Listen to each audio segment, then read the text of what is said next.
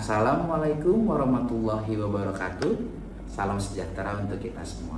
Perkenalkan, saya Sony Oktabrian, dosen di program studi S1 Akuntansi, Fakultas Ekonomi dan Bisnis, Universitas Singapura Bangsa Karawang, dengan bidang ilmu keahlian analisis laporan keuangan. Adapun mata kuliah yang saya ampu diantaranya Audit 1, Audit 2, Analisis Laporan Keuangan, dan Analisis Sekuritas dan Portofolio. Pada kesempatan ini, saya akan menjelaskan salah satu mata kuliah yang saya ampu, yaitu mata kuliah Audit 2. Mata kuliah ini merupakan mata kuliah inti prodi yang memiliki bobot 3 SKS dan diberikan kepada mahasiswa semester 5. Mata kuliah Audit 2 merupakan kelanjutan dari mata kuliah Audit 1, yaitu penerapan teknik, pengauditan tahap perikatan, perencanaan, pemeriksaan dalam siklus-siklus transaksi, penyelesaian audit, dan pelaporan audit. Kemampuan yang diharapkan pada mata kuliah ini adalah mahasiswa menguasai konsep dasar, teknik, metode, dan prosedur audit laporan keuangan. Materi pokok yang dibahas dalam mata kuliah Audit 2 yaitu 1. Perikatan audit, 2.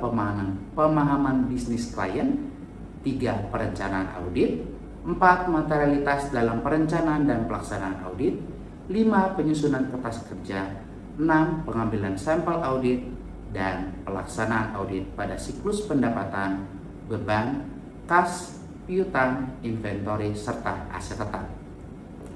Untuk menunjang proses pembelajaran, Universitas Singapura Bangsa Karawang menggunakan Learning Management System yang dapat diakses pada laman siska.unsika.ac.id.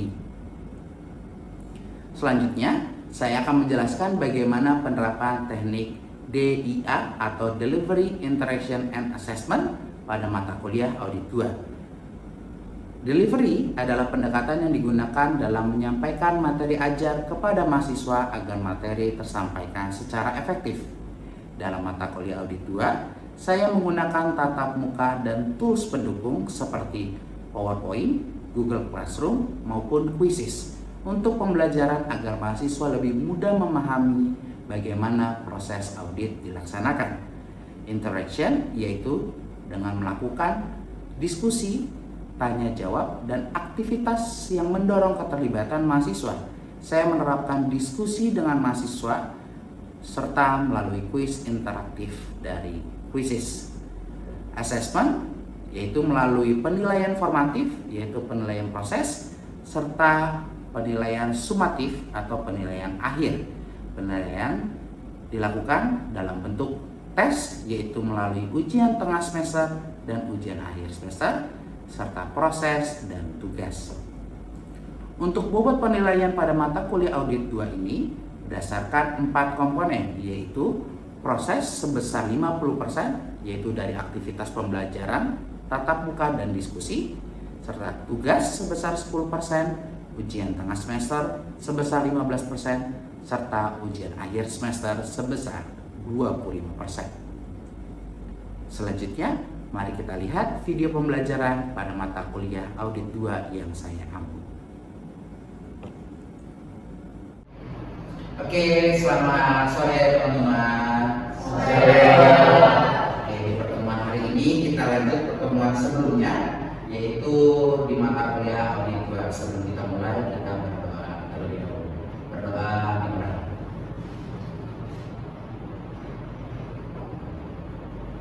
Selesai.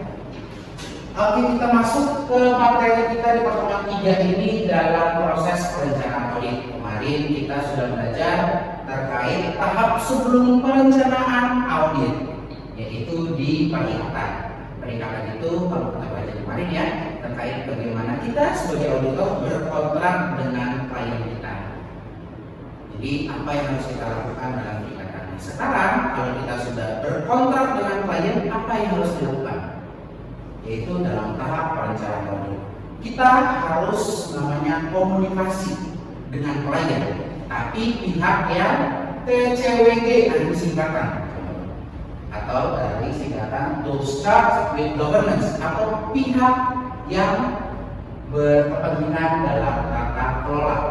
Jadi jadi yang punya tanggung jawab dalam tata kelola. Kenapa sih auditor itu harus berkomunikasi kepada pihak yang bertanggung jawab pada tata kelola bisnis klien?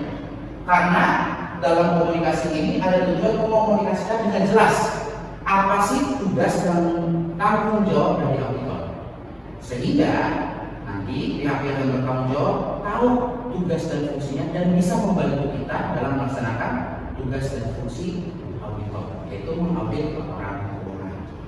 Kedua, kita bisa berkomunikasi dengan pihak yang bertanggung jawab itu untuk mendapatkan informasi tambahan, untuk mengenal si klien ini itu seperti apa sih.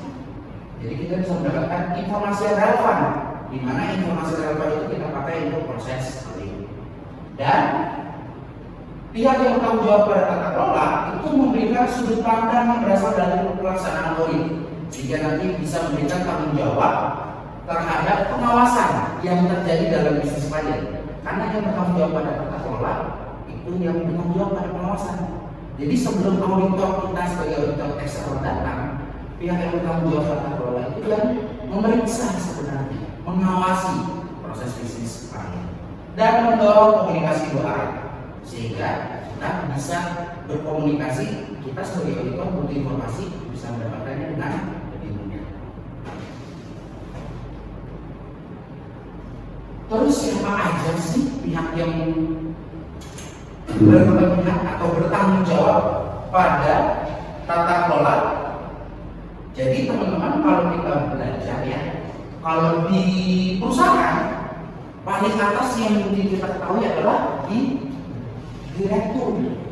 Ada direktur. Namun direktur ini adalah pelaksana. Pelaksananya ini ada yang mengawasi. Tadi yang bertanggung jawab adalah yang mengawasi, yaitu komisaris.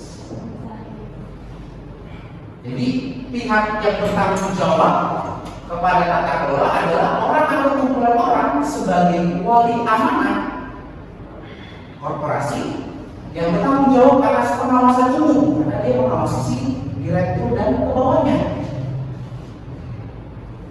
atas arahan strategis entitas atau klien itu dan kewajiban berkenaan dengan akuntabilitas atau pertanggungjawaban. Karena kan direktur dan bawahannya ini adalah pengelola modal yang diberikan oleh si pemilik bisnis.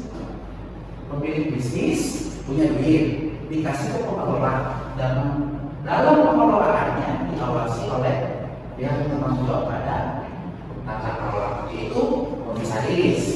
Ada eksekutif dewan direksi dan dewan komisaris, ada inspektorat kalau di kementerian, ada menteri, kalau kepala daerah juga, kalau di Pemda berarti ada bupati, kalau di kita bupati Karawang. Itu adalah pihak yang bertanggung jawab. Sehingga kalau kita mau mengaudit ke Pemda, ya kita harus berkomunikasi dengan bupati, dengan inspektoratnya.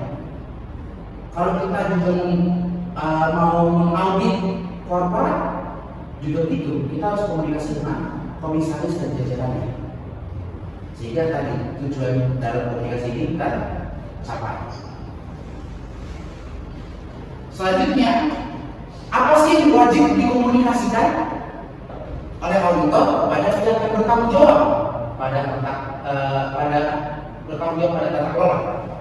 Satu, pandangan auditor mengenai aspek bukan kuantitas ya, tapi kualitatif yang signifikan. Contoh, dalam kita mengaudit, kita menemukan sesuatu yang cukup fatal. Itu harus kita komunikasi dengan komisaris. Contoh, Pak, ternyata ada fraud dilakukan oleh divisi ini, Pak.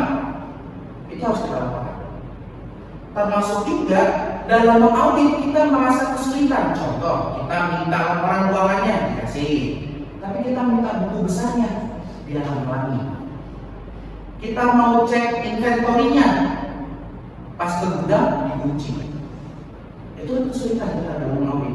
Nah, kita wajib berkomunikasi, memberikan laporan kepada pihak yang bertanggung jawab pada tata kelola, yaitu contohnya komisaris. Sehingga kalau ada kesulitan tadi, komisaris bisa bertindak membantu kita untuk bisa membaca proses audit.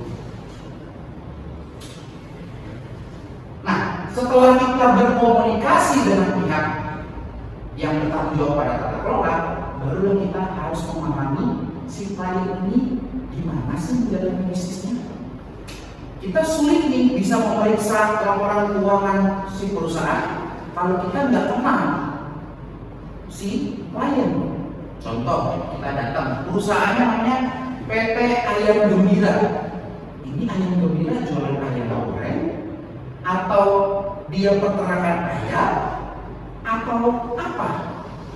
Sehingga kita harus pahami dulu prosesnya, sehingga kita tahu akun-akunnya itu apa, proses bisnisnya apa, sehingga alur siklusnya kita tahu, sehingga kita baru bisa memeriksa. Jadi dalam memahami proses bisnis entitas, auditor dapat memisahkan dahulu yang di entitas atau si klien itu dua kelompok kegiatannya, yaitu satu proses utama, dua proses pendukung. Contoh misalnya, tukang fotokopi, oke, yang di depan, karena bos, dia ada jasanya jual ATK sama jasa fotokopi. Jadi fungsi utamanya yang mana? Jasa printnya bisa nggak masuk juga? Masuk juga. Itu masih proses utama karena dia proses produksi, karena proses yang secara langsung menghasilkan nilai kepada customernya. Tapi kalau kayak dia cuma nyatet, oh pendapatan 2.000, pendapatan 10.000, itu bukan proses utama. Pencatatan si klien itu hanya proses pendukung. Nah, kalau kita sudah bisa pisahkan, sehingga kita bisa lebih memahami si klien. Oke. Kalau kita sudah bisa, oh ini loh Pak proses utamanya, baru kita bagi lagi dalam proses utamanya itu mana proses input, mana input itu diproses, baru jadi outputnya. Kayak tadi tukang fotokopi, berarti kan inputnya apa? Jasanya fotokopi dulu, berarti kan dia beli KTK, terus ada yang dijual, ada juga kertas dan tinta, dia kan beli. Prosesnya dia apa ya? Dia menerima pesanan, di copy, dicetak, baru diberikan ke pelanggan, customer, sehingga baru dia dapat output, duitnya diterima. Nah, itu yang mudah. Contoh lagi, misalnya perbankan, agak sulit ya, dari fotokopi ke perbankan, agak jauh ya. Tapi kita agak familiar dengan perbankan. Perbankan itu kita tahu ada dua produk. Kita bisa naruh duit atau simpanan, kita bisa pinjam duit. Oke, proses input duitnya itu gimana?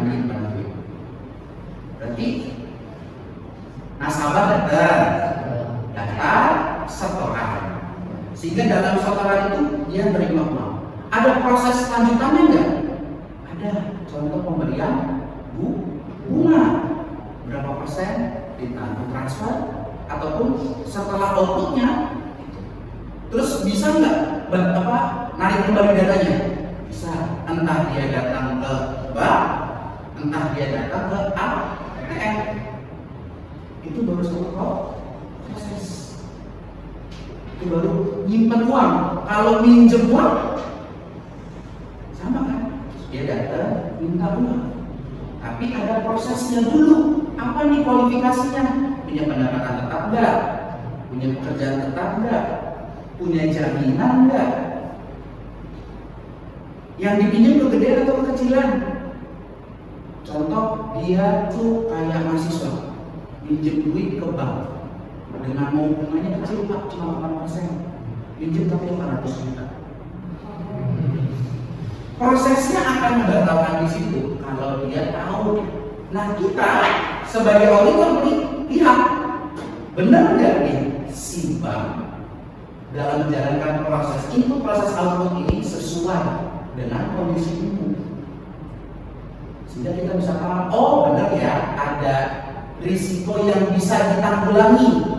Contoh dalam proses pemberian kredit, ditanya ampunannya, pekerjaannya, pendapatannya, ada nggak rekening gajinya? Dicek kan rekening, oh tiap bulan nanggunya gaji 10 juta, orang masuk cuma 4 juta per bulan. Berarti kan ada proses yang menjalani polisi dan kita harus memahami. Oke, seterusnya ada yang ditanyakan? Boleh? Boleh, konsepnya bukan bisnis, Pak. Konsepnya bukan bisnis. Oke, boleh. Jadi bisnis itu mungkin kayak teman-teman berpikirnya harus nyari laba ya.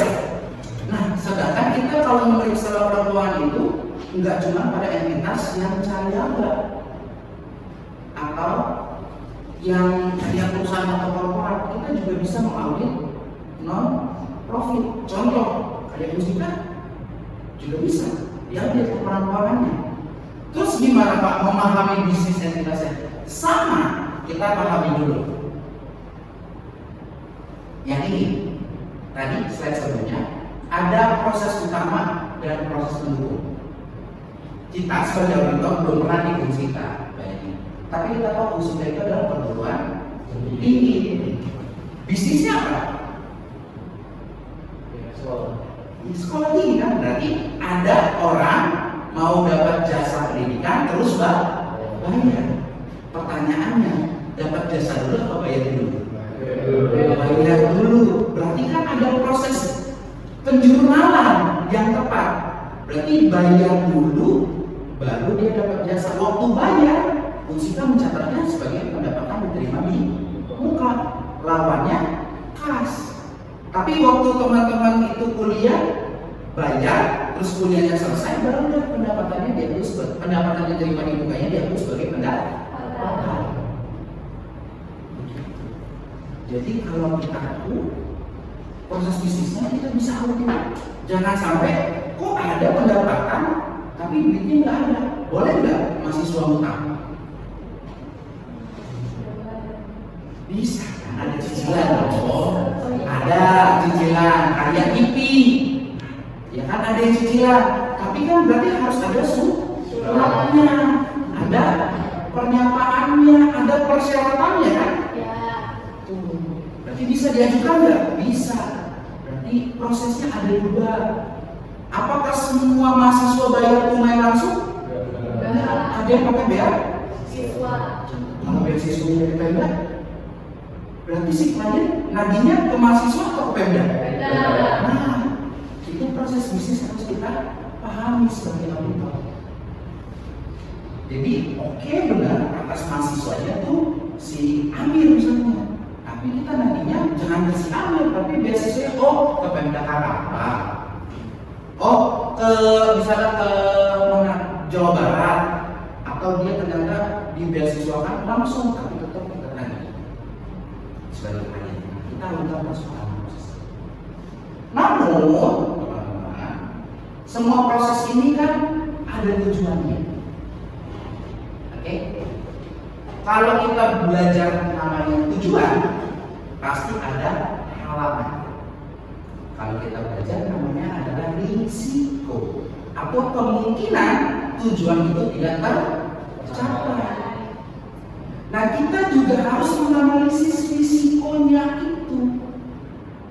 Contoh kayak tadi, ada nih mahasiswa mau bayaran tapi menunda. Berarti kan harusnya ada kontrol nih. Ya kan suratnya dipenuhi nggak? Ternyata ada nih IP dicicil tapi nggak ada surat.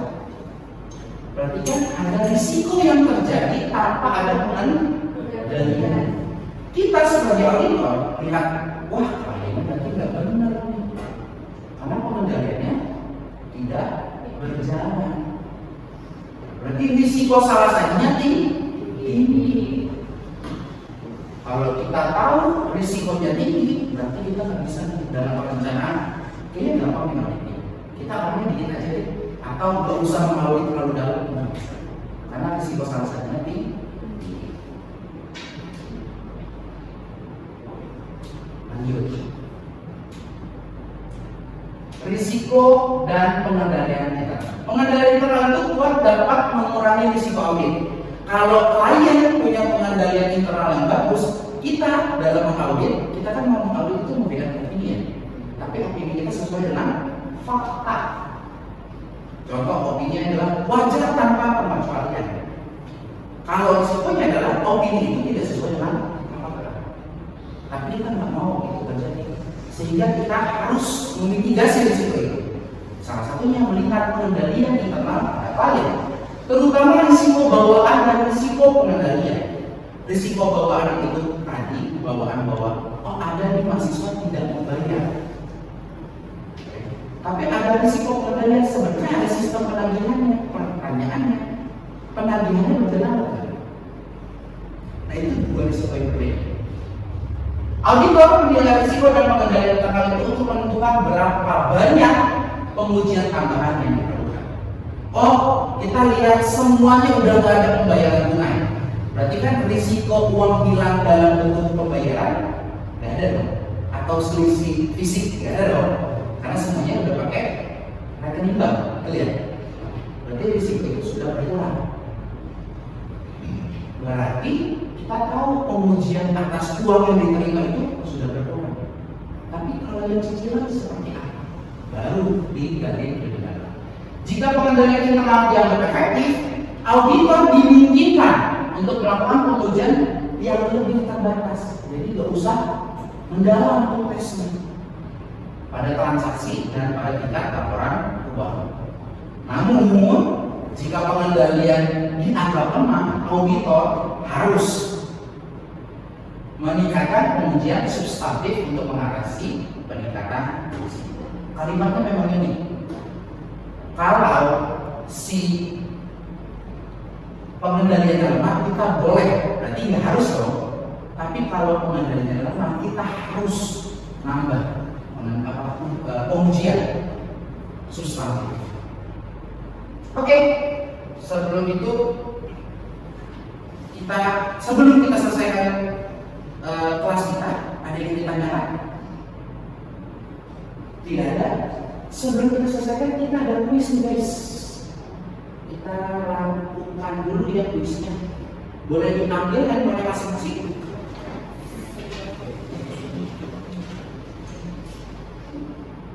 Teman-teman boleh scan.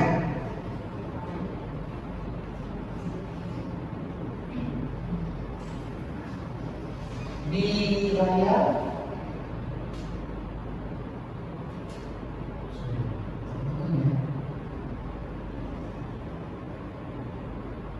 atau di copy saja.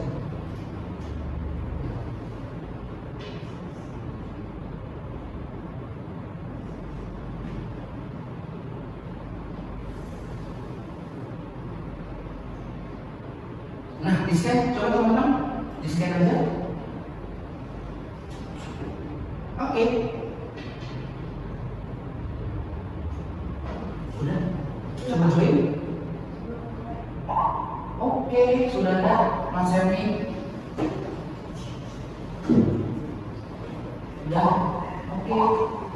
Oke, kita start ya. 1, 2, oke. Silakan dikerjakan kuisnya.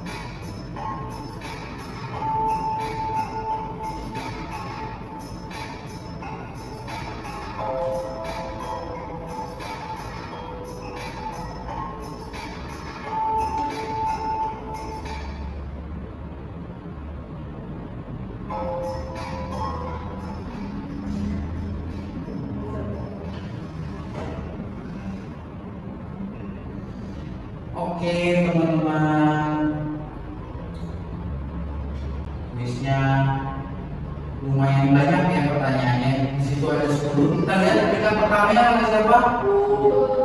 Tuis.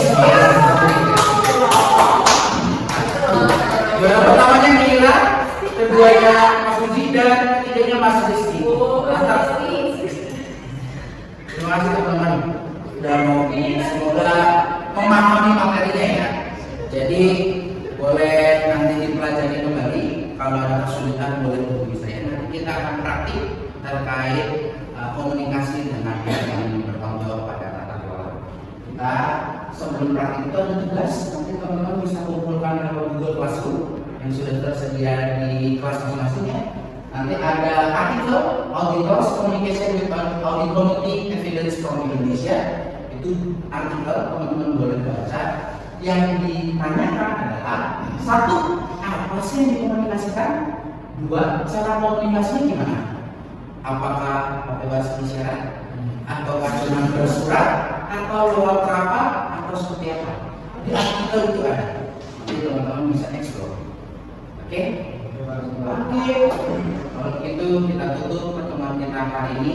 Terima kasih teman-teman sudah mau hadir. Semoga bermanfaat buat teman-teman terkait proses audit ini. Nanti kita ketemu lagi.